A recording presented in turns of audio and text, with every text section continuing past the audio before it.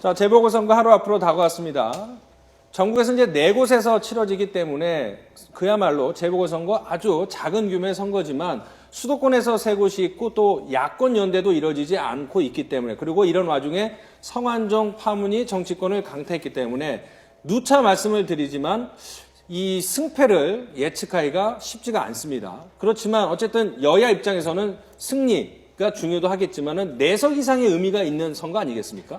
이 박근혜 정부 들어서서 재보궐선거가 이번까지 3차례입니다. 2013년 4월 23일 있었고요. 네. 작년 7월 30일. 13일 그런데 있었죠. 공교롭게도 지금 제1야당이 과거 앞서 2번 다 졌어요. 졌다라는데 이번에 문재인 대표로서는 굉장히 부담도 크고, 만약에 전패를 한다면 야당 대표로서의 어떤 내부 공세도 있을 겁니다. 어제 사실 제가 야당 인사 몇몇하고 통화를 해봤습니다는 대표가 아무래도 그런 결과가 나오면 좀 곤혹스러운 상황에 처하지 않겠느냐라고 있습니다. 그리고 여당에서도 물론 녹록치가 않습니다. 수도권에서 과거 성완종 리스트 파문, 전국을 성완종 리스트 파문 이전과 이후로 크게 나눠볼 수 있을 텐데, 이전 상황에서는 굉장히 자신감을 했는데 이 성완종 리스트 파문 이후에 전국이 지금까지 이렇게 급변하기 있기 때문에 이때 뭐 인천 서구 강화을의 안상수 후보라든가 성남 중원을의 여당 후보가 물론 만약에 뒤집히는 판세가 나온다라면 김무성 대표 입장에서도 굉장히 네. 쉽지 않은 책임론이 나올 수도 있습니다. 여야 모두 지금 쉽지 않은 상황인 것 같은데, 당초 이 재보궐선거 앞두고 성완종 파문이라는 어떤 변수가 생기기 전에는 2+알파라 그랬거든요. 그게 여전히 유효한지, 그리고 여야가 지금 내가 이곳만은 꼭 가져가야 되는 곳이 있다면 한 곳이 찝으면 아무래도 어떤 지역이 야당 먼저 이야기하면 광주가 굉장히 호남의 텃밭이라고 했는데, 거기 서구울이요? 천정배 서구울 천정배 의원이 무소속으로 나왔죠. 민주당 후보 새정치민주연합 후보로는 조용택 전 의원이 나왔는데, 여기도 굉장히 판세가 녹록지 않다라고 합니다. 제1야당 입장에서. 그리고 수도권에서는 관악을 같은 경우 과거 13년 동안 여당이, 보수 성향의 여당이 승리한 적이 한 번도 있거든요. 여기도 굉장히 자기들이 이겨야 된다는 부담감이 있는데, 여당 오신환 후보 대 야당은 크게 보면은 지금 표심이 나눠져 있단 말입니다. 정태우 후보하고 정동영 후보. 이렇기 때문에 이 부분도 굉장히 야당으로서는 큰 부담이 되겠죠. 지금 자막에도 나가고 있지만 이제 새누리당은 2곳에서 승리를 하겠다 또는 할 수 있다라는 거고, 야당에서는 전승 아니면 전패, 이런 기대감도 있고 우려감도 있는 그런 상황입니다. 자, 이런 가운데 이제는 여당에서 새로운 공격 수단을 들고 나왔는데, 한명숙 의원이 지금 정치자금법 위반 혐의로 2심까지 갔는데 그 부분을 하면서 공세를 이어가고 있습니다. 여야의 입장 어떤 건지 한번 들어보도록 하겠습니다.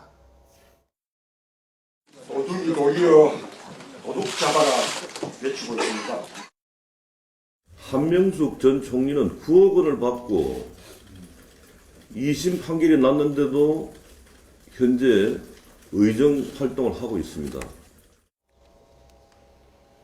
자, 이게 좀 설명이 필요할 것 같은데, 문재인 대표는 도둑이 도둑 잡아라 이렇게 얘기를 한다고 하고, 새누리당 김무성 대표는 한명숙 전 총리 봐라, 돈을 9억이나 받은 걸로 2심에서도 드러났는데 의정활동을 하고 있지 않냐, 이 얘기는 왜 나온 겁니까? 저 앞에 전제가 있었습니다. 네. 송광호 의원 같은 경우 6,500만 원 새누리당, 받아서 예.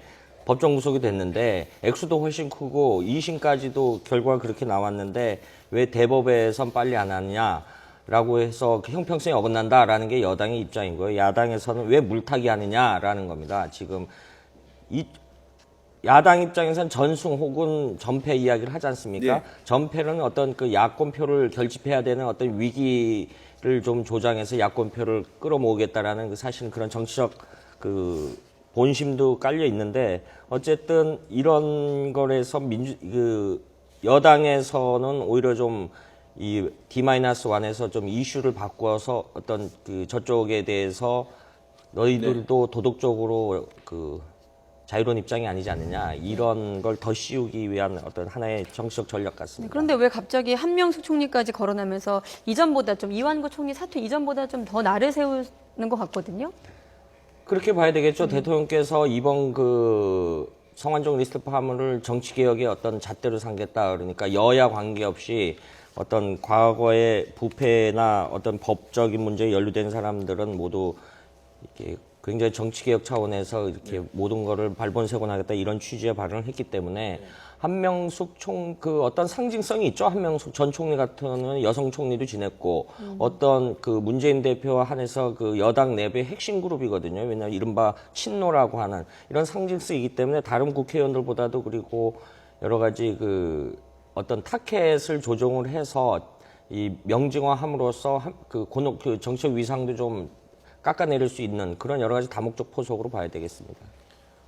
지금 분위기는 뭐 우리만 돈 받았냐, 너희도 돈 받은 국회의원이 있지 않냐, 뭐 이런 식으로 서로 이제 진흙탕 싸움, 책임 공방을 하는 그런 모양새입니다. 이런 것들이 내일 재보궐선거에 어떤 영향을 미칠지 한번 지켜봐야 될 것 같습니다.